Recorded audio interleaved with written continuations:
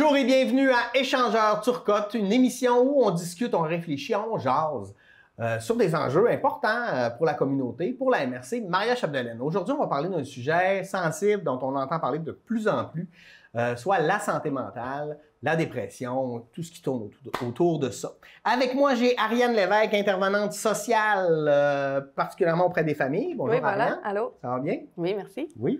Et Josée Dion, directrice du Centre de santé mentale Larimage. Bonjour, Bonjour. Josée. Ça va bien? Oui, très bien. Ouais. Donc, on va commencer. Commençons par vous rencontrer. T'sais. Bon, Ariane, toi, c'est quoi ta formation? Qu'est-ce qui fait que tu peux devenir intervenante? Là? Oui, bien moi, en fait, j'ai fait mon cours au cégep, donc un DEC en travail social. Puis mon parcours à l'Arrimage remonte à déjà mes stages au cégep, en fait. J'ai fait mon dernier stage continu à l'Arrimage. Ensuite, j'ai poursuivi comme étudiante d'été. Puis les choses se sont placées que tout de suite, en finissant après, il y avait quelque chose qui s'ouvrait. À l'époque, j'ai signé pour un remplacement de 6 mois. Finalement, ça fait 15 ans que je suis là. Wow. J'ai touché à différents services, mais là, ça fait une bonne dizaine d'années que je suis responsable du service support à la famille et aux proches. Donc, on offre du soutien, du support, de l'information à toute personne de l'entourage qui aurait un proche atteint, qui vit avec un diagnostic au niveau de la santé mentale. Wow, OK. Parfait. On va y revenir de toute façon là-dessus. Josée, toi? Moi, mon histoire est un peu plus longue que la sienne. Oui, c'est correct. Moi, je suis éducatrice spécialisée de formation. J'ai complété quand même certains certificats au niveau universitaire. J'ai débuté, moi, à l'Arrimage comme intervenante en remplacement d'été il y a 30 ans. OK. En me disant, je vais faire ce remplacement-là, puis quand il y aura une autre opportunité ailleurs, je vais aller ailleurs. Bon. Mais finalement... Il n'y a jamais eu d'autres opportunités. Il y en aurait peut-être eu d'autres, mais je suis demeurée à l'Arrimage. J'ai été intervenante quand même plusieurs années, une dizaine d'années. Après ça, je suis devenue directrice là, à la suite. Bon. Et là, tu me dis, ça fait 30 ans. Ça fait combien de temps que l'Arrimage existe? L'Arrimage, ça fait près de 35 ans là, que ça existe. Là, Cet automne, ça devrait Est-ce que c'est normal? Moi, je suis surpris. Je pensais que c'est normal. Il y a plein de monde qui ne le savent pas. Là. OK. Oui. Ah, wow. Fait qu'on a... Fait que ça fait longtemps, en fait, que ces problématiques-là... Ben, pourquoi aujourd'hui, on en parle plus qu'on pouvait en parler avant? C'est parce que c'était tabou encore, il n'y a pas si longtemps? Bien, je pense que oui. C'était tabou. Puis, tu sais, les gens, là, dans les dernières années, ont quand même souffert là, de déséquilibre. On ne pourra pas dire de problème de maladie mentale, sauf que leur équilibre de leur santé mentale a été fragilisé là, par, on sait ce qui est arrivé dernièrement. Ouais. Donc, la sensibilité des gens est davantage. Là, fait qu'on va chercher plus d'aide qu'on pouvait le faire avant. Bon. Parce que la moyenne des personnes atteintes demeure quand même, c'est 1 personne sur 5 là, qui va vivre au cours de sa vie un problème de santé mentale. On voit qu'il y a une légère hausse, mais pour le moment, c'est pas significatif encore. Là. Puis, historiquement, on n'en parlait pas, on cachait ça, les problématiques de santé mentale, mais aujourd'hui, je pense que c'est clair pour tout le monde. Reprenez-moi si je me trompe, mais tu sais, une maladie mentale, ça reste une maladie comme quand tu as une grippe. Là, donc, il y a des manières aussi de passer au travers, de se soigner, puis de redevenir un actif pour la société. Bien sûr. Tu sais, à l'Arrimage, l'approche ultime qu'on utilise dans nos interventions, c'est le rétablissement. Donc, c'est déjà à la base de croire que peu importe le diagnostic que tu vas recevoir, il y a possibilité de se rétablir, c'est-à-dire de passer à travers certaines étapes, d'accueillir ce diagnostic-là et d'adapter le quotidien et la vie autour de ça, mais il y a moyen de ne pas être nécessairement symptomatique d'une façon dérangeante à tous les jours. Donc, se rétablir d'un diagnostic et l'entourage qui est autour de cette personne-là aussi, son rôle à jouer dans tout ça, il y a certainement un rétablissement à vivre aussi. Oui, là, se rétablir, de ne pas être seulement tout le temps dans les symptômes et dans la peur de cette maladie-là. Donc, c'est ce qu'on utilise comme approche là, dans le but de redonner espoir qu'on peut très bien fonctionner. Là. Puis ce que je veux aussi, tu sais, avec cette émission-là, c'est aussi démystifier. Tu sais, quand quelqu'un est malade, on dit « Ah, soigne-toi, prends soin de toi. » Puis quand quelqu'un a un problème de santé mentale, on dit « Hey, prends sur toi. » Ou, tu sais, on n'a comme pas la même sensibilité. Force-toi un peu. Fait que je pense que c'est bien de le nommer aussi, là. Ben oui, il faut prendre le temps. Là. Donc, l'Arrimage, c'est né d'un besoin de la communauté. Comment c'est né? Est-ce que vous le savez? Bien, au départ, c'est né, c'est un comité là, qui a été formé là, dans notre communauté. Puis c'était vraiment les membres de l'entourage qui vivaient là, justement des besoins par rapport à leurs personnes atteintes, puis pour eux autres aussi. Donc, ils ont parti là, avec un groupe. Là, il était, je pense, 7 à 8 personnes. Puis qui ont demandé, on fait toutes les démarches pour pouvoir avoir des services. Ça a commencé par un service d'écoute téléphonique, puis de l'aide aux proches.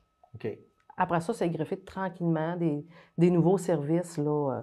Le milieu de jour est arrivé, après... Le milieu de jour, ça, c'est les gens que vous êtes capable d'accueillir durant la journée? Oui, c'est ça. C'est souvent les après-midi qu'on est ouvert, le milieu de jour. Nous, on est ouvert tout le temps, là. Mais le milieu de jour est surtout les après-midi, mais peut être le matin aussi, dépendamment des activités, là. Il y a un calendrier qui est fait, là, à chaque mois, puis les gens, ils savent qu'est-ce qu'il va y avoir, fait qu'ils peuvent venir, là, à leur guise. C'est des activités, donc les gens regardent, c'est eux qui décident s'ils ont besoin de s'outiller en lien avec l'activité qui est là. Il y a différentes activités, ça peut aller vraiment une démarche plus personnelle, une réflexion ou une discussion en groupe, puis ça peut être aussi qu'on va faire du bingo, là. Tu sais, ça a vraiment, là, une vaste éventail de services qu'on va donner à ce moment-là. Le but, c'est de sortir les gens de l'isolement aussi, puis d'aller rencontrer d'autres personnes. Personnes qui peuvent avoir les mêmes défis que c'est ça, oui. D'être capable de s'aider, de partager les outils. Ben oui, mais puis on le voit aussi, tu sais, c'est des gens souvent qui sont isolés, puis qui vont venir au milieu du jour, puis qu'après, ils se rencontrent le soir, ils se font un petit groupe, ils vont jouer à des jeux de société, il y en a qui vont jouer au tennis, tu sais. Ça crée vraiment là, un beau milieu d'échange, puis qu'après, puis c'est ça qu'on souhaite aussi. Oui. On ne veut pas que les gens viennent au milieu du jour pendant 30 ans. Là. On veut vraiment qu'ils viennent chercher, dans le fond, les petits plus qu'ils n'ont pas, puis qu'après ça, ils vont pouvoir poursuivre. Là, vous les ouvrez la porte, comme ça, vous les laissez grandir. C'est ça. Puis des fois, il y en a qui viennent, ils arrêtent de venir, puis hop, ils vivent peut-être un moment plus difficile, bien là, ils vont revenir. OK. Fait que là, on poursuit avec eux autres à ce moment-là. Wow. Jusqu'à temps qu'ils refont nos petits bouts. OK. Oui. Quel autre type de service vous offrez à l'AMF? On a aussi un volet au niveau du socio-professionnel. On a un plateau de travail. Dans le fond, c'est des gens qui vont venir acquérir une expérience de travail. On peut dire qu'ils sont un peu plus éloignés du marché de l'emploi. OK. Ça, on a une petite ressourcerie, nous, en bas de notre local.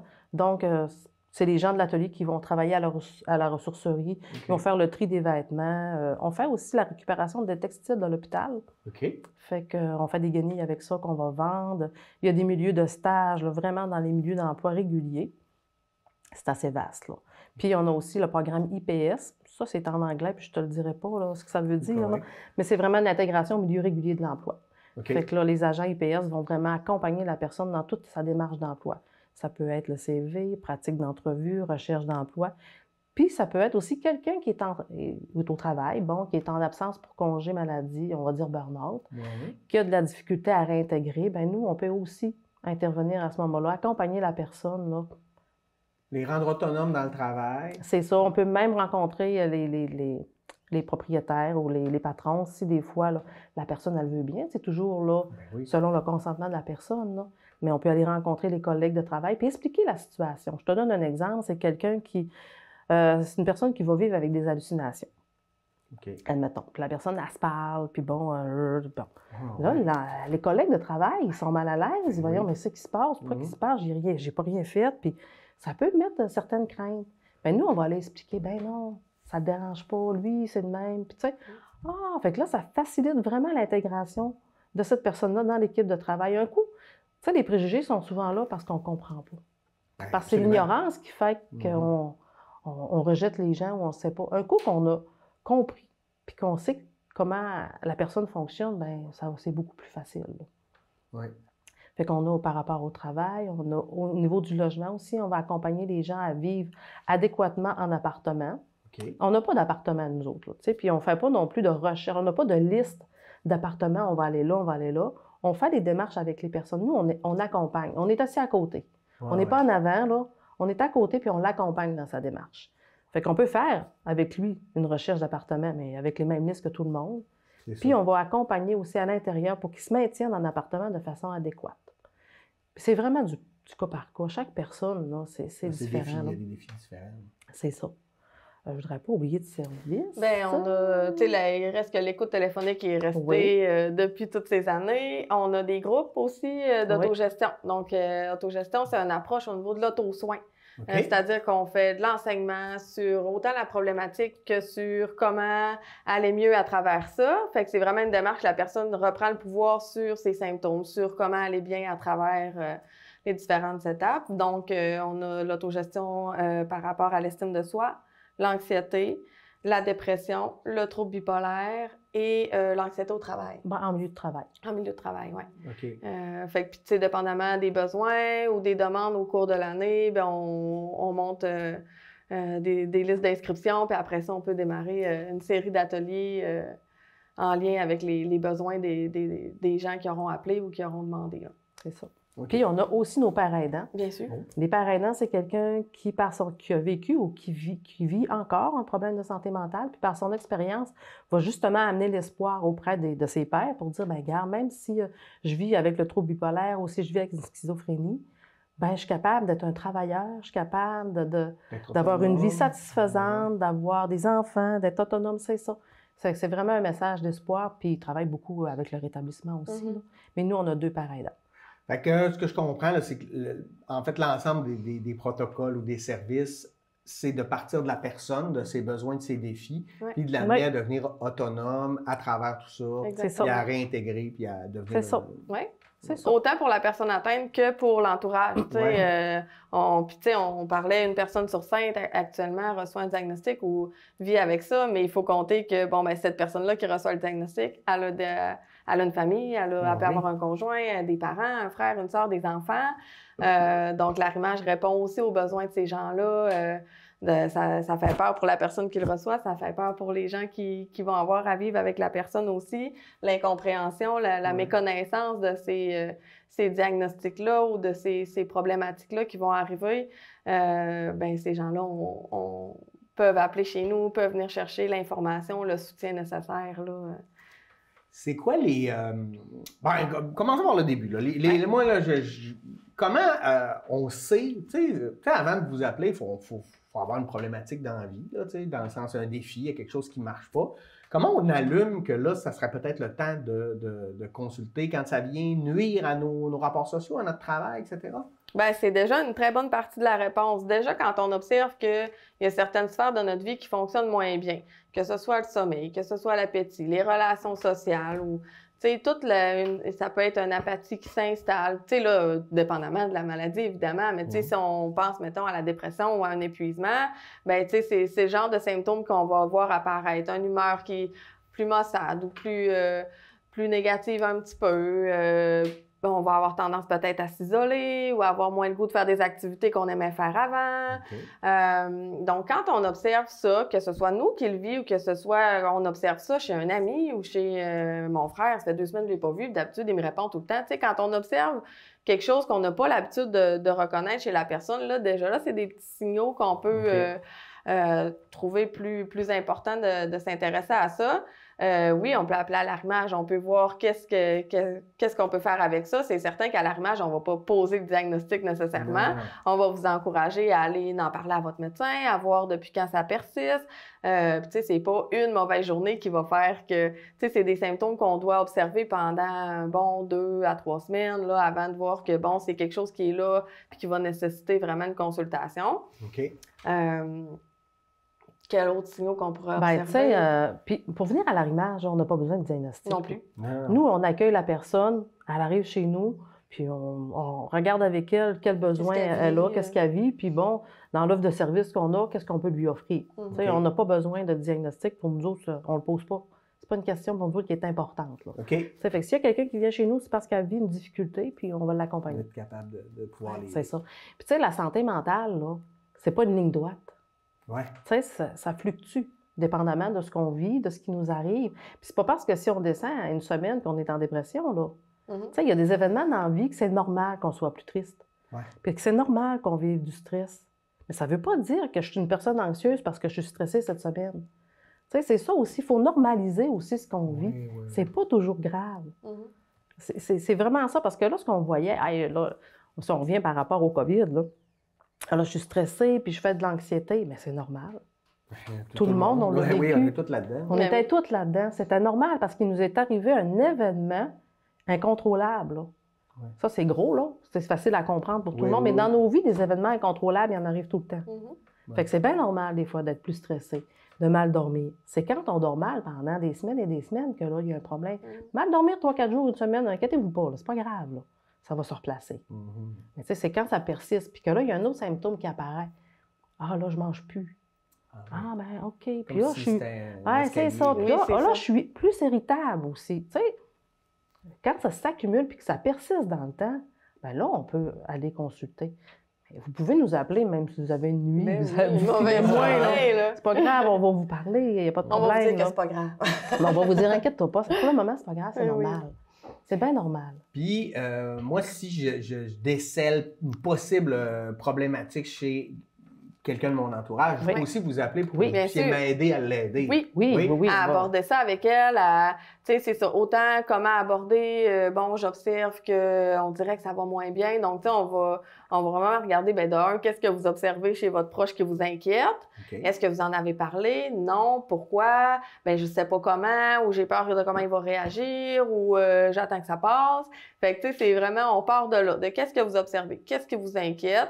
Puis peut-être qu'on va normaliser, ben le gars, il vit ça, donc ça se peut que ça se replace, ou ben oui, vraiment, il y a des signaux que vous faites bien de vous inquiéter, vous avez bien fait de venir chercher des réponses. Après, on va travailler avec vous à comment aborder ça avec votre proche, puis comment l'encourager à aller chercher de l'aide. C'est pas toujours évident non plus pour la personne qui vit des symptômes. Des fois, ils sont pas nécessairement toujours volontaires à aller chercher de l'aide. Donc, c'est toutes des approches qu'on va discuter ensemble au support aux familles, justement, à comment aider notre proche, à comment l'encourager à aller s'aider, puis à aller chercher le support nécessaire. On l'a nommé à nombreuses reprises. Là, on va faire un peu le tour Mais la dépression, j'ai l'impression que c'est un thème qui a été un peu galvaudé ces dernières années. Ah, je suis en dépression, je suis dépressif. C'est quoi exactement la dépression, tu sais, pour être capable aussi de faire la différence entre j'ai une mauvaise journée, je suis fatigué. Bien, la dépression, en fait, c'est un trouble de l'humeur. Okay. Puis c'est un peu comme ce qu'on dit tout à l'heure, il faut que les symptômes persistent depuis plusieurs semaines. Okay. Donc, on peut faire face à une humeur dépressive ou là, une période un peu plus apathique et tout ça. C'est plus difficile de se mobiliser, plus difficile de se lever et tout ça. Quand ça a persisté beaucoup, puis qu'on n'a pas écouté ces signaux précurseurs-là, puis qu'on n'a pas pris soin de soi à aller chercher l'aide nécessaire puis à trouver des façons d'aller mieux, si les symptômes continuent de persister, là, on va faire face à la dépression plus sévère. Donc, c'est ça, en fait, c'est que la personne, c'est très difficile non seulement de vivre ses activités quotidiennes, ne serait-ce que de se nourrir, se laver, se lever. Fait ça va jusque-là. Ben, une dépression majeure, oui. Ça peut aller ça va handicapper le quotidien. On peut faire une petite similitude. Tu sais, là, si tu as une bonne, pas un rhume, mais une bonne grippe, là, on est malade, là, on se lève pas. Tu sais, on est couché, pendant une semaine, on n'est pas capable de se lever. Puis c'est ça, puis on mange pratiquement pas, on prend pas notre douche. Tu sais, même aller se laver est un effort. Vraiment, ben quelqu'un qui est en dépression majeure, c'est ça qu'il va vivre. Il n'est pas capable de se lever. Fait pas exprès. Fait pas exprès. Aller se laver pour lui, c'est monter une montagne, là, tu sais. Juste ça, là, c'est un effort extrême. Fait que là, il n'est pas rendu à aller travailler, ben non, faire ça. Les lunchs pour les enfants. C'est ça. Fait que comment on va dire, donne-toi un petit coup de pied dans derrière, puis vas-y, là. Ben, c'est pas ça. C'est pas de même que ça marche. Mais ça, c'est une dépression majeure, tu sais. C'est pas... Avant d'arriver là, ben, il y a eu d'autres choses, là. Exactement. Puis on a parlé des familles tantôt, mais il y a aussi, par exemple, les collègues de travail ou les employeurs. J'imagine que vous devez être obligé parfois de même former ou d'expliquer, tu sais, il n'est pas lâche, là, c'est pas qu'il ne veut pas aller travailler, c'est qu'il est malade. Est-ce que ça arrive? Oui, ça va arriver. Là, à la demande d'employeurs, on peut aller donner des ateliers, des formations aussi auprès d'entreprises pour un peu expliquer là, qu'est-ce que les gens peuvent vivre. Là. Puis avec le programme IPS, comme je disais tout à l'heure, on peut rencontrer directement là, si quelqu'un vit une problématique à même le travail, on est capable d'accompagner. Mais ça, il faut vraiment que la personne veuille le divulguer aussi. Là. Mais l'employeur peut, lui, nous faire une demande aussi parce que dans son équipe de travail, il veut les supporter mieux, mais on peut le faire aussi. On a une série d'ateliers disponibles. Là. Puis après quoi, à travers quoi, qu'est-ce qu'on traverse en fait avant de pouvoir commencer à remonter la côte puis à redevenir un actif pour la société? Là? Comment ça fonctionne? Parce qu'à un moment donné, tu descends, mais là, il faut que ça arrête, il faut que ça remonte. Comment on traite ça, mais comment on peut aider ces gens-là? Bien, en fait, il faut que ça parte de la personne. Tu sais, des fois, c'est ça le défi aussi au niveau du support aux familles. On observe que notre proche a besoin, on observe tout ce qui pourrait être fait autour pour déjà que ça y aille mieux. Mais tant que la personne ne se mobilise pas d'elle-même à aller chercher l'aide puis à faire des petites choses pour aller mieux, fait que c'est un rythme qu'il faut accueillir puis qu'il faut prendre le temps puis il faut faire les choix pour aller mieux et tout ça. Quand on parle des diagnostics plus plus sévères comme ça, comme une dépression ou comme, ben tu sais, faut se donner le temps, là. Faut pas penser que dans un mois, tout est placé puis on est de retour à temps plein, tu sais. Ça prend du temps. Là. Ça prend du temps, c'est normal que ça prenne du temps. Notre cerveau, c'est une petite machine tellement complexe et fragile. Et donc, quand il y a un débalancement au niveau de la biochimie, c'est normal que, tu sais, parce que c'est ça, en fait, c'est que tes neurotransmetteurs, les hormones font que ton humeur a été affectée. Et bon, souvent, c'est la médication qui va venir placer ça. Okay. Quand on parle d'une dépression ou quand on parle d'un trouble anxieux généralisé, des choses comme ça, il y a une médication qui peut évidemment, venir faciliter le rétablissement des symptômes. Après, une fois que les symptômes sont apaisés, une fois que les symptômes sont diminués, bien là, déjà, on voit plus clair dans qu'est-ce que je peux faire tranquillement pour aller bien. Consulter, c'est sûr que ça va être aussi la base d'un rétablissement. C'est faire des choses qui nous font du bien, c'est faire des choses qui tranquillement nous redonnent le goût de s'activer un petit peu dans le quotidien. C'est par étapes, c'est s'accompagner, c'est d'en parler aussi, c'est informer notre entourage de « Regarde, moi aujourd'hui, là, c'est une moins bonne journée, je t'avais dit que j'irais garder, mettons, finalement, j'irais pas. » C'est écouter les limites qu'on a, c'est... Être honnête aussi avec soi, là. Ben oui, vraiment. Parce que, tu sais, apprendre à vivre avec, c'est vraiment ça. C'est que... Tu sais, il y a des journées où tout va se placer comme si rien n'était, puis d'autres journées où, bon, là, on le sent qu'on a des petites limites à mettre, puis des petites limites à respecter, puis donc, faut trouver la capacité de le dire aussi. Puis c'est s'écouter à travers ça, c'est accueillir qu'on a besoin de temps pour soi, puis c'est ça, l'équilibre, en fait, quand Josée dit la santé mentale, ça fluctue, c'est qu'il y a des journées où tout va bien, puis on fonctionne super bien, puis d'autres journées où on a besoin d'un petit temps d'arrêt, puis c'est tout à fait normal et correct aussi, là. Quand on reprend, qu'on remonte la côte, donc il faut que ça soit progressif, comme tu me dis, parce qu'il va y avoir des bonnes, des moins bonnes journées. Ouais. Est-ce que c'est difficile? C'est quoi les défis premiers, tu sais, quand tu retournes au travail? Est-ce que c'est le jugement des autres qui va t'amener un stress supplémentaire? Est-ce que c'est, je sais pas, le sentiment de ne plus être capable, de dire est-ce que je vais être encore, je sais pas. Ben, c'est tout ça, c'est le jugement des autres, puis c'est ton propre jugement aussi, là. Ouais. Tu sais, on est souvent le premier à se critiquer, dire « Ah, mais comment ça, je suis plus capable de faire ça, je le faisais avant, là, je le fais plus. » Tu sais, dans la maladie, là, on parle vraiment dans un diagnostic de maladie mentale, il y a l'acceptation. Qui fait partie, mais tu sais, les maladies mentales, c'est une maladie physique, là. Comme quelqu'un qui a un cancer. S'il y a un cancer, il faut qu'il l'accepte. Un coup qu'il l'a accepté, il va faire ses traitements, puis il va aller vers la guérison. Ben, c'est la même chose au niveau d'une maladie mentale. Il faut accepter ton diagnostic. C'est ça qu'on vit maintenant, on fait quoi, là? Tu sais, il faut comprendre, il faut voir c'est quoi les difficultés qu'on peut vivre par rapport à ça, puis il y a des solutions. Il y a tout le temps des choses qui vont arriver puis qui vont t'aider à avancer. Mais il faut l'accepter. Un coup que ça, c'est fait, puis c'est pas toujours une étape qui est facile à faire. On veut pas, là. Tu sais, on veut pas devenir schizophrène. C'est pas l'objectif de vie, c'est pas ça, là. Bon, un coup que c'est ça, puis la famille non plus, c'est tout des chocs pour tout le monde, là. Bon, mais maintenant, ça veut pas dire que tu n'es plus capable de rien faire. C'est de t'outiller différemment, d'approcher, en fait, le travail de quelqu'un différent. De se projeter dans la vie d'une façon qu'on n'avait pas pensé, mais que finalement, bon, c'est comme ça qu'on va devoir vivre la vie. Donc, comment on peut se projeter avec ce diagnostic-là? Parce que, tu sais, on ne pourra pas l'éliminer. Mais bon, on peut très bien construire une vie tout autant. Là. C'est juste c'est ça. Une fois que cette acceptation-là, cette capacité à apprendre à vivre avec ça, là, après, on peut construire. C'est pour ça qu'on parle de rétablissement. Parce qu'une maladie mentale, ça ne se guérit pas. Une personne schizophrène, elle va demeurer schizophrène. Une personne qui vit avec le trouble bipolaire, elle va demeurer avec le trouble bipolaire. C'est juste que c'est ça. Elle va apprendre à gérer ses symptômes. Elle va les comprendre, elle va les connaître, elle va être capable d'amener des solutions pour quand même vivre avec ça. Tu sais, mais c'est ça, ça se fait pas là, dans une semaine. Tu sais, ça prend quand même un certain laps de temps à comprendre tout ça puis de te mettre en action. Fait qu'il y a beaucoup, vous avez quand même beaucoup de réussite, de succès. Tu sais, il y a plein de gens à un moment donné qui réussissent, puis il y a des gens que ça doit être plus difficile. C'est quoi qui fait la différence entre quelqu'un qui réussit c'est pas à s'en sortir, j'aime pas ce terme-là, mais à se rétablir, puis quelqu'un qui va avoir plus de difficultés? Le support de la famille est un support important. Oui, ça fait. La famille est un des facteurs essentiels du rétablissement. Ça, c'est clair que c'est ça, là. Mais c'est sûr aussi ce que tu es comme personne, ton attitude face à ça. il va aussi t'aider si tu dis OK, puis j'avance plutôt que l'apitoiement sur son sort, pauvre de moi. C'est sûr que là, il y a quand même. Puis, deux personnes schizophrènes ne vont pas vivre tout à fait la même affaire non plus. C'est pas égal. Là. Fait que d'autres vont avoir des symptômes. Ça dépend des symptômes que tu vis. Si tu entends vraiment toujours des voix, puis que ce sont des voix qui sont plus négatives, puis qui sont toujours en train de te détruire, ben, c'est plus dur que si tu entends une voix qui te dit « t'es capable ».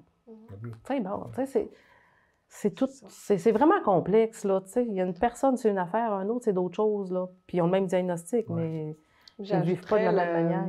Quand la personne est volontaire puis qu'elle communique à son médecin ou à son psychiatre, là, justement, j'entends telle affaire, ça passe pas du tout. Il reste que ça prend du temps. Puis des fois, on trouve pas toujours la bonne molécule, le bon médicament qui va venir apaiser les symptômes. Ou des fois, il y a des ajustements qu'on a à vivre. On vit des changements corporels, donc la médication, des fois, a besoin d'être ajustée. Fait que, plus la personne est impliquée dans son suivi médical, est entourée de gens en qui elle a confiance pour nommer hey, « là, ça va moins bien » ou « là, je me sens, il y a des idées qui reviennent que je me connais dans ce temps-là, je sens qu'il y a une rechute qui est possible » ou tout ça. Fait que quand on est capable d'avoir des signaux précurseurs, d'être à l'écoute de ça, bien, des fois, il y a des choses qui peuvent être mises en place avant de revivre une rechute plus importante. Puis, tu sais, Josée parle que c'est comme une maladie physique, mais c'est vrai que c'est ça. C'est vraiment, c'est juste qu'on le voit moins. Puis quand les symptômes sont beaucoup présents, ben là, on a l'impression que, mais tu sais, c'est comme quelqu'un. La journée que ça va bien, on a l'impression que c'est réglé. Tout est parti, tu sais, mais c'est pas ça du tout, tu sais. Puis c'est ça. L'ajustement, les périodes où il y a des petits creux, puis où ça remonte, tout ça est normal. Fait que, tu sais. C'est vrai que pour une personne, ça va être très stable pendant des années, puis d'autres, il y a plus d'ajustements nécessaires, il y a plus de... Puis là, il y a plein de facteurs. Oui, la famille en est un, puis tu sais... le milieu de travail, la capacité à s'organiser dans le quotidien, dans un logement et tout ça. Fait que, tu sais, ils présentent des besoins différents aussi, les gens qui vivent avec un diagnostic. Donc, il existe plein de services différents aussi pour... Moi, là, je suis en train d'écouter ça, puis là, je suis touché par ça. Puis là, dans mon milieu de travail, il y a quelqu'un qui va vivre ça. Et je sens que des collègues ont des préjugés vers cette personne-là. Comment je peux intervenir? Comment je peux parler à mes collègues pour leur faire comprendre que attends, tu sais pas ce que la personne a vécu, t'es pas dans cette situation-là. Comment on fait? Je sais pas. C'est peut-être une mauvaise question. Non, mais c'est pas une mauvaise question. Mais dans le fond, là, pour être capable, c'est peut-être toi d'aller chercher les renseignements nécessaires. Tu peux nous appeler et dire, regarde, dans mon collègue, j'ai une collègue qui vit tant, qu'est-ce que je peux faire pour la supporter dans le milieu? Comment je peux... Fait que tu peux nous demander, on peut venir, comme toi, tu peux venir chercher de l'information puis de la divulguer, tu sais, d'en parler avec tes collègues de travail. Tu sais, elle le fait pas par exprès, là. Tu sais, ça fait 3 fois qu'elle part en dépression. Ben oui. Mais bon, c'est le problème. C'est pas un choix de carrière, là. On ne choisit pas dans la vie de vivre un problème de santé mentale. C'est pas ça qu'on veut, là. Fait que déjà, en comprenant ça, ça donne un petit plus, là. Mais d'amener... Puis tu sais, des fois, ce qu'on dit va semer une petite graine. On n'a pas le pouvoir sur l'autre jamais, là. On a du pouvoir sur nous autres. On est capable de parler, de présenter des choses. À maintenant, ça appartient aussi à l'autre de changer ou pas, si elle veut, là. On peut juste aller la réfléchir. C'est ça, là. Puis supporter la personne qui va revenir au travail. Montrer par l'exemple. Et montrer qu'on est solidaire avec elle, puis qu'on va essayer de l'aider du mieux qu'on peut dans le travail aussi. Des fois, mais il n'y a pas des tâches. Pas une petite gêne, mais un malaise. Mon collègue revient, je veux l'aider, mais là, ça me gêne d'aller le voir et dire « Hey, content de te voir, j'espère que ça va mieux. Ah non, viens-tu de... » Non, mais tu peux lui dire « T'es content de le voir, puis ça va mieux. » Ben oui, c'est que je pourrais le faire pour t'aider. Oui, OK, de le nommer, là, ça, c'est bon. Ben oui, parce que, tu sais, l'éléphant dans la pièce, à un moment donné, il est là, tu sais, fait que la personne, elle sait très bien qu'elle a à affronter dans... Tu sais, les collègues d'un retour au travail. Donc, plus elle sent qu'elle est bien reçue, plus elle sent que son départ n'a pas été là, une détresse, puis qu'elle a été indispensable, puis que c'est donc, c'était le temps qu'elle revienne, parce que là, il faut que ça clenche. Tu sais, si on y met une pression en arrivant, on ne l'aide pas, là, à bien vivre un retour. De toute façon, elle sait. Elle sait qu'elle a attendu. Que probablement qu'il y a du travail qui ne s'est pas fait pendant le temps de son absence. Fait qu'elle aussi, il faut qu'elle s'en mette pas trop ses épaules. Exactement. Là, mais, fait que, tu sais, de nommer... Comme ça, je suis contente que tu sois revenue. J'espère que ta première journée va bien se passer. je suis là, ou tu sais, puis si on n'est pas à l'aise de dire ça, je suis là, ou mon Dieu, c'est qu'elle va venir me dire si tu sais, on dit ça à quoi on est à l'aise, mais dans le respect, dans l'ouverture, puis tu sais, il n'y a pas de mauvaise intention dans tout ça. Donc, déjà que la personne sente que son retour est apprécié, puis que c'est une bonne chose qu'elle ait été prendre soin d'elle, puis que tant mieux si elle est capable de revenir. C'est tout simplement ça, là. C'est ça. Puis nous, on fait, ça s'appelle des plans mieux-être, mais c'est des choses qui pourraient se faire dans les milieux de travail aussi. Dans le fond, c'est quand on est avec la personne, tu sais, qu'elle va bien, on regarde avec elle, c'est quoi les symptômes que tu vis au début, quand c'est pas... Tu vois, là, que ça commence à moins bien aller. Bon, bien, es-tu à l'aise que je te le dise? Tu sais, fait que c'est comme ça aussi qu'on travaille. Fait que les gens vont nous dire, ah, ben moi, je commence à moins dormir, j'oublie des choses, bon, je fais pas mon travail, j'oublie. Fait qu'à ce moment-là, comme patron ou comme collègue, toujours dans l'idée de le supporter, on peut dire, hey, tu sais, l'autre fois, quand on a fait le plan, tu me disais que tu étais à l'aise que je t'en parle. Ben là, je trouve que ça va moins bien. Ça serait peut-être le temps que tu ailles consulter ton médecin. Fait que là, ça l'empêche d'aller trop loin aussi. Tu sais, plus on traite, plus on c'est ça, on prend des semaines, mettons, de congé, plus de bonheur, ben ça t'empêche d'aller trop loin, puis là, de partir des mois et des mois, là. Fait que, tu sais, ça peut être intéressant aussi à amener ça dans les milieux de travail. C'est fascinant de vous entendre. On prend une petite pause, nous, mais on revient tout de suite. Restez avec nous. Vraiment très intéressant. À tout de suite. Si j'ai dans mon entourage des gens qui viennent d'ailleurs, ben, j'ai ma belle-fille qui aime ça faire la popote. Mais j'ai pris ça bien dur au début quand la famille aimait mieux ses desserts que mes tartes au bleuet. Et finalement, l'ouverture sur la cuisine des différentes cultures, ça a tout changé pour moi. Au fond, c'est enrichissant d'apprendre des personnes différentes de nous. Puis mes desserts sont bien meilleurs à cette heure. Oh! Je suis prête pour le lécher de doucher. On dit doce de leite, Martine.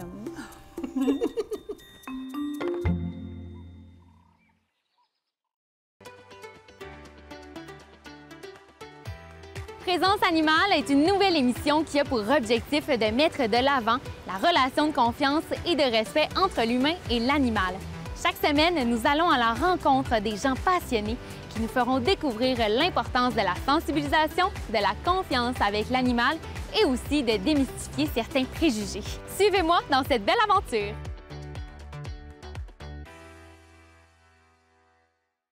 Bonjour, mon nom est Émilie Gaudreau. Je suis copropriétaire de Délices du Lac-Saint-Jean. Donc, c'est la belle saison qui arrive. On commence à voir déjà beaucoup de VTT se promener dans les sentiers. Les producteurs de bleuets, on souhaite vous faire un petit rappel. Nous souhaitons vous remercier de demeurer dans les sentiers afin de s'assurer de ne pas endommager les terres qui pourraient être en dormance ou encore sur le point de faire une production fruitière. Nous, les producteurs, on travaille tellement fort pour vous produire des super bons bleuets. Et c'est important de ne pas oublier une chose, plus de fruits au champ, plus de confiture pour vos déjeuners le matin. Merci de votre respect et bonne saison à tous!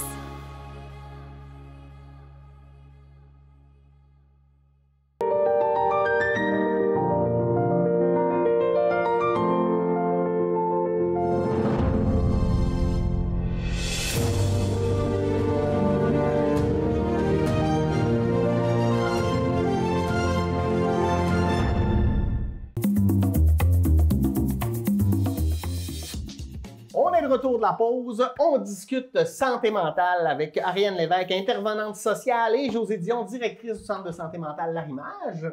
Merci d'être restée. Ça fait plaisir. Parfois, les gens vont confondre, puis peut-être que je me trompe, mais une problématique de santé mentale avec une déficience intellectuelle. Là, on parle de deux choses complètement différentes. Ben oui, c'est complètement différent. C'est quoi les différences? Bien, tu sais, quelqu'un qui a une déficience intellectuelle, c'est un état, il vient au monde comme ça. Tu sais, il y a une capacité intellectuelle plus limitée, dépendamment là, du degré qu'il y a. Le développement du cerveau s'arrête à un moment donné. C'est figé dans le temps. C'est ça. Et à un moment donné, si son cas, c'est 6 ans, il va arrêter à 6 ans de développement. Là. Fait que, puis ça ne compte pas dans nos services. Là. C'est pas ça non, des fois, on en a, puis on est obligé de dire non, parce que ces gens-là ne sont pas heureux avec nous autres, parce que c'est pas les bons outils. C'est pas les bons outils, tu sais, ça ne fait pas. Fait qu'en ce moment-là, on les réfère ailleurs. Là. Tandis que quelqu'un qui a un problème ou une maladie mentale n'a pas une déficience qui est avec son diagnostic. Puis souvent, les gens qui ont une maladie mentale ont des quotients intellectuels. plus élevé que la moyenne des gens. Là. OK. Des fois, dans l'apparence, ça Ouais. paraît pas. Ouais, Tu sais, ouais. Parce que quand quelqu'un qui est beaucoup symptomatique, qui va se parler plus tout seul ou qui est plus refermé sur lui, va nous paraître comme ayant une déficience. On dit, ouais, mais non, c'est pas ça, parce que cette personne-là, elle a un bac. Ouais, c'est ça. Tu sais, sa maladie est apparue quand il était à l'école. Il avait 25 ans. Il avait déjà commencé sa vie. Tu sais, mais bon, la maladie est apparue, puis bon, elle est venue perturber le restant de sa vie. Là. Mais c'est des gens qui n'ont pas de déficience Quand tu dis intellectuelle. la maladie est apparue, est-ce que ça apparaît comme ça ou c'est parce qu'il y a eu un choc, un événement, ou des fois ça peut juste être, ça arrive comme ça? Non, Ben, là, faut tu sais, Chaque chaque maladie, ouais, ok. tu sais, les troubles anxieux, ça va apparaître selon, mettons, une accumulation de stresseurs. Ça peut partir aussi d'un bagage biologique. Donc, si on a des parents très anxieux, ben ça se peut qu'on vive avec une certaine forme d'anxiété. Oui, je confirme. Si on vit un traumatisme important, ça peut générer un trouble anxieux aussi. Par contre, si on parle de maladies bipolaires ou de schizophrénie, alors là, c'est des maladies qui vont apparaître plus fin de l'adolescence, début de l'âge adulte. Fait que oui, il y a des choses qui s'observent un petit peu, mais tu sais, ça apparaît pas paf du jour au lendemain à 45 ans. Là. Fait que tu sais, Ouais, ouais. Non, c'est ça. Tu sais, enfant, des fois, on le voit pas, on peut pas Non, voir ça. Là. non. Ça s'épanouit, ça grandit, puis bon. Ça fonctionne c'est bien C'est au début socialement. de l'âge adulte que là, C'est ça. apparaissent des symptômes, puis qui fait que là, c'est plus difficile. Fait que c'est un âge crucial quand même, la fin de l'adolescence, début de Ouais, l'âge adulte, pour ouais. la santé mentale. Ouais. Ouais. Mais Mais tu sais, ça s'attrape pas, là. non, C'est c'est ça. ça. C'est ça, ça reste Tu peux que le pas bagage l'attraper, génétique ça est là. reste, c'est en toi, là. Les troubles de personnalité, à ce moment-là, c'est aussi des choses qui peuvent se développer. Mais tu sais, c'est ça, il y a quand même une génétique, il y a quand même un bagage biologique qui est déjà là, on est plus vulnérable à développer quelque chose là, C'est ça. dans ce sens-là. On a parlé de bipolarité. Bipolarité, c'est quelqu'un qui est très, très high, puis après ça, qui est très, très down, c'est ça? Puis ça varie? Est-ce que Ouais. c'est Oui, ça? c'est quand même ça. Moi, j'aime bien de faire l'idée de... j'entends beaucoup, mettons, hey, il change tellement d'humeur tout le temps, il est bipolaire. Mais là, c'est parce que, tu sais, c'est pas parce que tu as été de bonne humeur le matin puis qu'à soir, tu as du fun que tu es bipolaire, là. Ouais. Tu sais, les phases comme ça dont on parle de manie, de dépression, ça s'étale sur des semaines, là. Tu sais, Ok. on va vivre C'est une ça. phase de manie pendant 2, 3 mois, puis après ça, tu vas avoir l'épisode de dépression qui va suivre. Fait que, tu sais, Ok. c'est pas une humeur très cyclique tout au long de la journée qui fait qu'on est C'est parce que bipolaire. c'est comme devenu dans le langage populaire. Ben oui. Tu sais, on va entendre ça Oui, souvent. oui, Ah, oui. ben là, il est bipolaire, lui, puis ça, c'est. Ça Ah, endure j'étais pas. bipolaire. Ben non, t'as peur, là, c'est pas ça, là. Ouais. Tu sais, on dit pas, hey, je suis cancéreux, c'est un cancéreux, lui. Ouais, non, c'est tu sais, ça. Mais tu sais, D'associer des ils ont- humeurs à c'est des- ça, ils ont Ouais. comme mis ça dans le langage populaire, mais c'est Ouais. pas, Ok. c'est une maladie. là. Ouais. C'est une Tu sais, maladie, c'est pas, c'est ça. Puis la phase de manie, ben, tu sais, on va observer, c'est pas juste d'être de bonne humeur. C'est que, tu sais, la personne va avoir des idées de grandeur, aura pas besoin de beaucoup d'heures de sommeil, mangera pas beaucoup ou va manger extrêmement beaucoup. Donc, on va être Ok. vraiment dans les excès Dans les au extrêmes niveau. aussi. Oui, c'est ça. Créatif. Beaucoup d'artistes, Oui. tu sais, des peintres ou des artistes peuvent vivre, mais ils sont très créatifs dans cette période-là, tu sais. Il n'y a pas que du négatif Ouais, là, ouais, dans ouais. tout ça non C'est plus. Les d'apprendre gens, ils à ont des le bonnes idées, puis contrôler, ouais. ils sont capables de foncer. Et à un moment donné, c'est parce que faut s'arrêter, là. C'est pas bon Mais, pour la santé. mais il reste qu'ils ont des idées qui sont quand même intéressantes Ouais. dans tout ça, là. Ensuite, on a parlé de schizophrénie. Ça, c'est les gens qui entendent des choses, Entre autres. Entre autres? Ouais. Ouais. Ben, Donc- c'est des hallucinations, ils peuvent en entendre, ils peuvent en voir, Ah, ok. ils peuvent en Ressentir. sentir. Ah oui, OK. C'est assez. Il y en a qui peuvent tout vivre ça, il y en a Mhm. d'autres qui vont juste entendre. Tu sais, c'est. Ils peuvent avoir des idées un peu délirantes Oui. ou tu sais, avoir un discours, des fois, quand c'est ça. C'est des gens qu'on l'entend déjà dans leur discours, des fois, que sont moins connectés à la réalité. Ils vont avoir des idées plus farfelues ou plus. Fait que, tu sais, déjà là, ça nous donne une idée là, du genre de symptômes qu'ils peuvent vivre. Mais, puis là, on peut vivre avec des gens, c'est ça qu'on trouve un peu, comme tu le dis, farfelus, des idées un peu, mais qui vont vivre au travail super bien, Mhm. puis qui vont maintenir leur appartement de manière parfaite, là. Mhm. Fait que c'est un peu compliqué à comprendre Ouais, comment ouais. il peut nous paraître si désorganisé, Ouais. puis que dans la vie, Finalement, il est C'est très comme organisé. tout va Fonctionne bien. au travail, Il fonctionne son au logement va travail, bien, tu sais, mais- c'est ça. Puis même, il y a les gens qui entendent des voix. Maintenant, il y a des groupes entendeurs de voix. Nous, on n'en a pas, là. OK. Peut-être qu'un jour, on en aura. Mais les gens parviennent aussi là, à laisser une place aux voix. Ils vont dire, ben là, tu me déranges dans la journée. Et dialoguent, tu sais, avec leur voix. Ouais. Je vais te laisser parler de 7 à 8. Le restant de la journée, dérange-moi pas. Ah. Fait qu'ils sont capables d'être au travail, ils n'entendent pas de voix, sont très fonctionnels. Puis ils ont 1 heure là, chez eux que là, ils dialoguent avec leur voix. Puis c'est fini. OK. OK. Ah, Ouais. Ah non, on n'aurait pas dit ça, là, 20 ans. Ben non, mais non. Ouais, non, Mais là, la fallait recherche voir. avance aussi. Mais c'est Ben ça, oui, c'est tu des sais. approches. Puis les gens sont capables ils ont un contrôle là-dessus. Ils sont capables ils l'apprennent à contrôler leur voix, puis on peut pas les enlever. Puis les enlever, c'est pas simple pour eux autres, ça marche pas. Ça fait Mais partie non, d'eux, Fait que à un si moment on donné. leur laisse une place, mais ils choisissent à quel moment, ben, Ça va ça... changer. Oui, c'est super intéressant, ça. Ouais, vraiment. Oui. Trouble de personnalité limite, ça, c'est quoi exactement? Je veux pas Ça, essayer c'est de le complexe. définir. Ça, c'est Ça, c'est plus complexe. OK. Mettons, là, en une phrase, là. OK. Trouble de personnalité limite, c'est une problématique, en fait, qui va affecter, entre autres, beaucoup les relations sociales. OK. C'est des gens qui vont vivre les émotions d'une façon plus intense que toi puis moi. OK. Puis moi, je peux être intense des fois, mais pas à ce point-là. mais bon, des fois. Mais bon, ils vont être très contents et là, tu vas être le meilleur ami du monde. Et ils vont être très fâchés, tu vas être son pire ennemi. OK. Puis ça peut être assez difficile à suivre par moment, dépendamment des relations et tout ça. Fait entre autres, ça affecte beaucoup les relations. Ça va être difficile de maintenir des relations à long terme parce que, justement, l'humeur, c'est des gens qui vont adopter des comportements plus dangereux, qui n'auront pas beaucoup d'inhibition, qui n'auront pas peur du danger, qui vont foncer beaucoup sans avoir la conscience de l'impact que ça peut avoir autour d'eux non plus. J'aime pas tant ça d'écrire le TPL parce que ça fait pas un beau portrait de ces gens-là. C'est des gens qui ont une personnalité très attachante et qui ont beaucoup de positifs à travers eux. C'est juste que ces traits-là qui ressortent le plus des fois avant de comprendre que, bon, je vis avec ça, parce que ça aussi, c'est pas quelque chose de lequel on va guérir, mais il y a des groupes spécialisés au niveau du trouble de personnalité limite pour apprendre.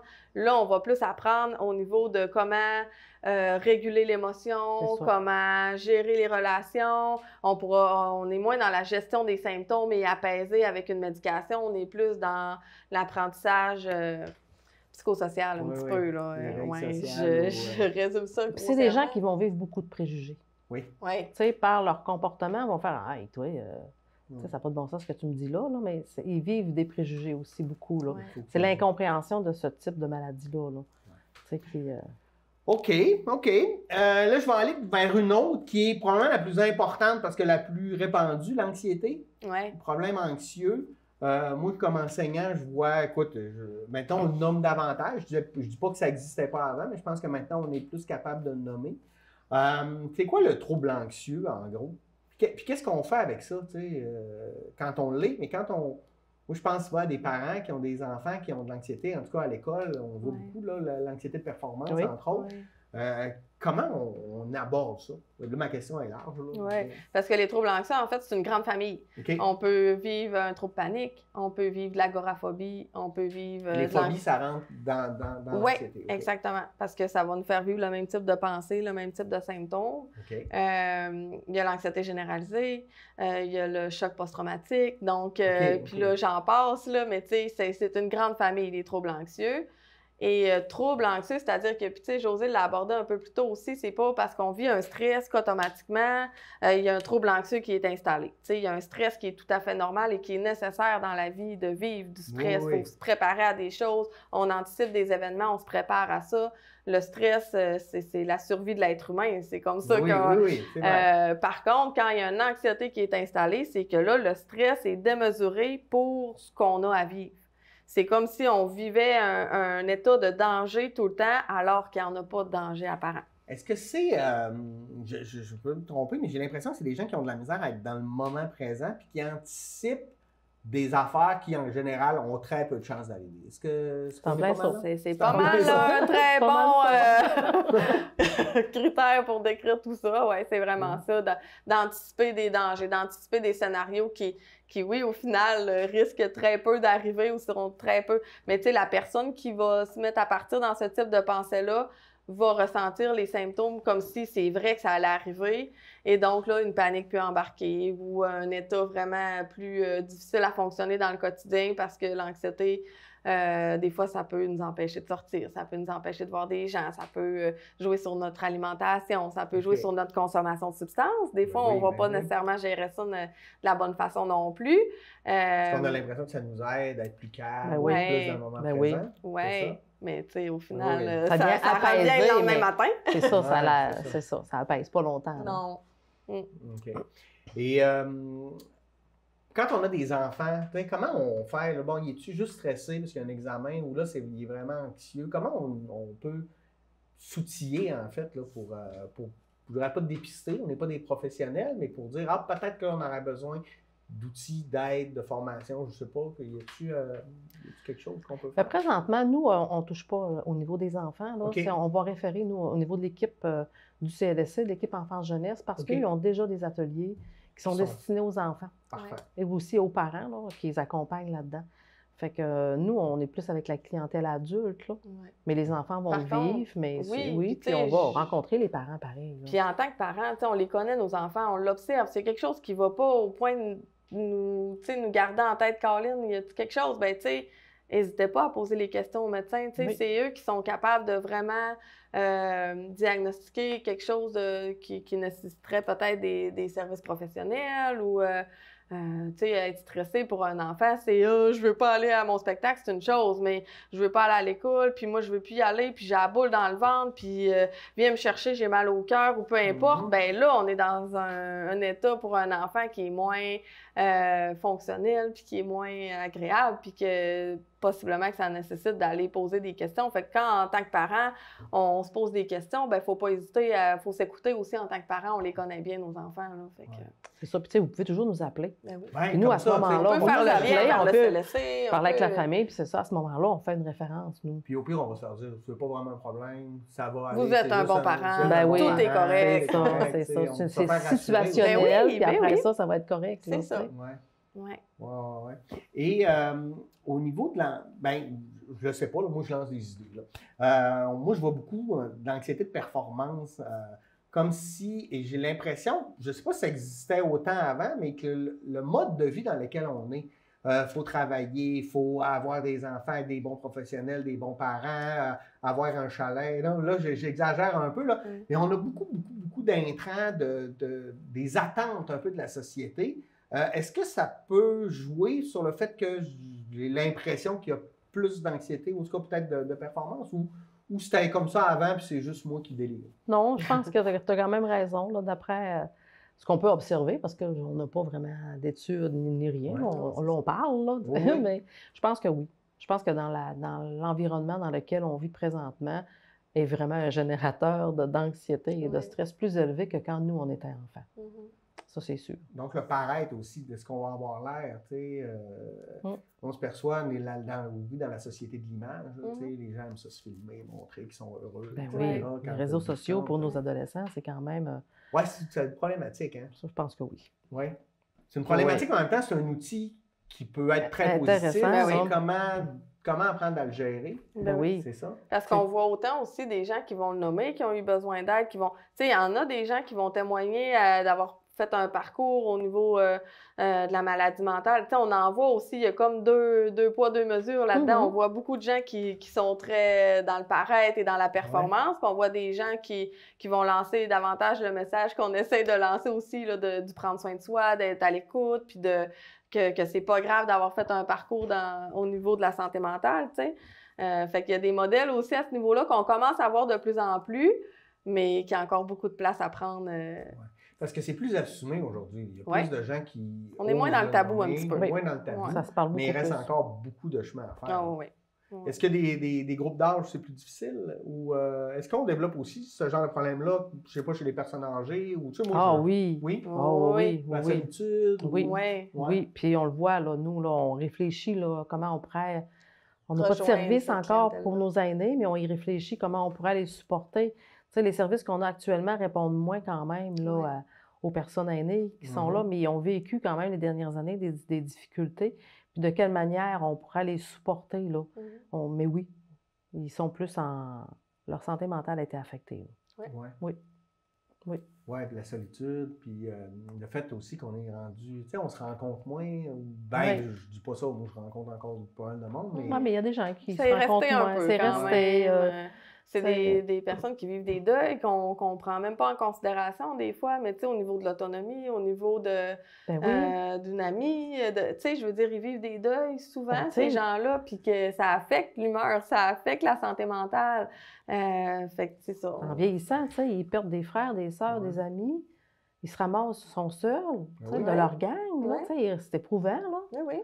Tu sais, puis... Fait que c'est ça. On réfléchit de quelle manière on pourrait. C'est sûr qu'on. Vous avez des idées, là, on a des idées. C'est juste qu'on manque un peu de personnel. Puis de financement pour pouvoir tout. Mais on sait que parce que c'est les aînés ont besoin. Beaucoup le personnel, le financement. Oui. Ben, on engage une, on en perd deux. OK. Tu sais, on est là, oui. Oui, je ne sais pas ce qu'on disait tantôt. Les intervenants sont disparus. Ils sont disparus, je ne sais plus ce qu'ils sont rendus, on n'en trouve plus. Ils sont avec les bas dans la sacheuse. Je sais pas. C'est parce qu'il y a plus de besoins, puis il y a plus de besoins. Former de gens. Puis pourtant, là, les cohortes en travail social, en éducation spécialisée, il y a beaucoup de monde, là. Mais il y a des besoins aussi. Peut-être qu'ils en engagent ailleurs qu'avant, ils en engagent. Le marché de l'emploi est différent. Il est très dynamique, le marché de l'emploi, ça part, ça revient. Fait que, tu sais, nous autres, c'est sûr que il reste qu'on est dans la relation humaine. Fait que c'est créer des liens. Ça prend du temps. Tu n'as pas le temps de créer des liens, que la fille, elle reparte. Ben, je dis la fille, mais ça va être le gars. Là. Il est reparti pour un autre emploi. Il faut réengager. Ça fait des coupures. Tu sais, c'est dur pour les gens ils s'habituent, mais il reste que de refaire confiance. Là. Les gens qui s'assoient chez nous, ils nous comptent leur vie. C'est gros, là. Bien sûr. Oui, fait que, tu sais, compter ta vie, tu n'as pas le goût de le dire à 4 dans la même année, là. Passer à travers l'histoire, parce que toi, ça te refait vivre tout ce que... Ben oui! Que ça va pas, là. C'est ça, fait qu'on essaie... Fait que même si tu avais plus de financement, tu ne seras pas capable d'engager plus de monde, parce qu'il y en a aussi un peu ça, hein? Ben j'aimerais en avoir plus pareil. On ne dira jamais non à plus de financement. Jamais non à plus de financement. C'est sûr que mon objectif, ça serait d'avoir... Parce que on est quand même 13 employés à l'Arrimage, là. Mais ce que j'aimerais, ça serait doubler le nombre de personnes par service. Tu sais, support aux familles, ben là, ils sont 2. Mais près de 3.